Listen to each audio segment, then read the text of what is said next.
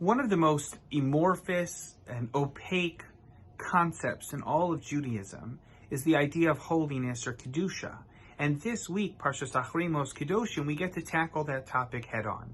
What exactly is Kedusha and how do we attain it? And many of the commentaries will suggest that through identifying the mitzvos of our Parsha, perhaps we can reconstruct what Kedusha is supposed to be. And that's a valid approach in studying this week's Torah reading.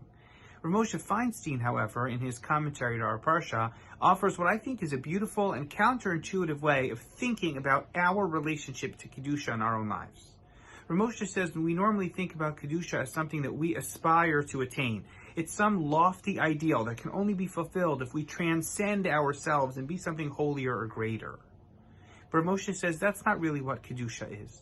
Kedusha is not something you reach out and attain, it's something that's within you.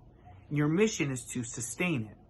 The goal of Kedusha is to recognize that we have been imbued with a charge or a mission, that there are mitzvos that are placed upon us, a high standard for who we can be. And Kedusha is about living up to that standard.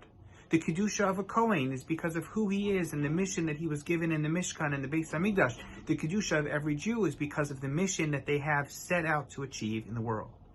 Kedusha and mitzvos in general are not foreign to us. They're not outside burdens that we have to carry. Kedusha is the belief that with the mitzvos that Hashem gave us, we can be our best selves, not different from our authentic selves.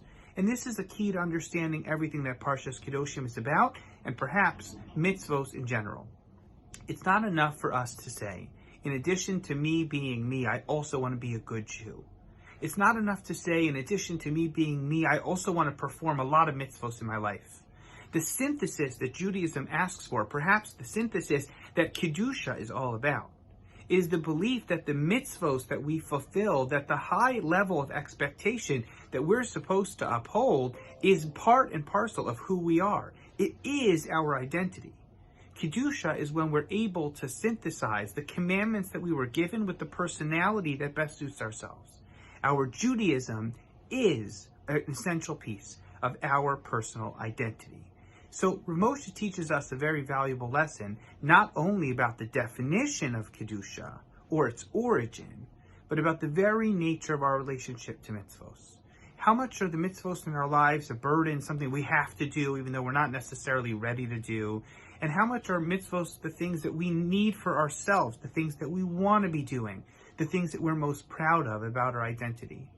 Kedusha, in that context, should relate to pride and self-fulfillment and self-worth. When do we feel best about ourselves? When do we feel most accomplished? When do we feel most at home?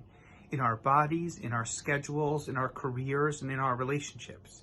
If the mitzvahs that we're performing are being performed in the right way, with the right intention, and from the right lens and the right perspective, then they make us feel like our best selves, because we're proud of who we are, because we feel at home in the mitzvahs that we're performing.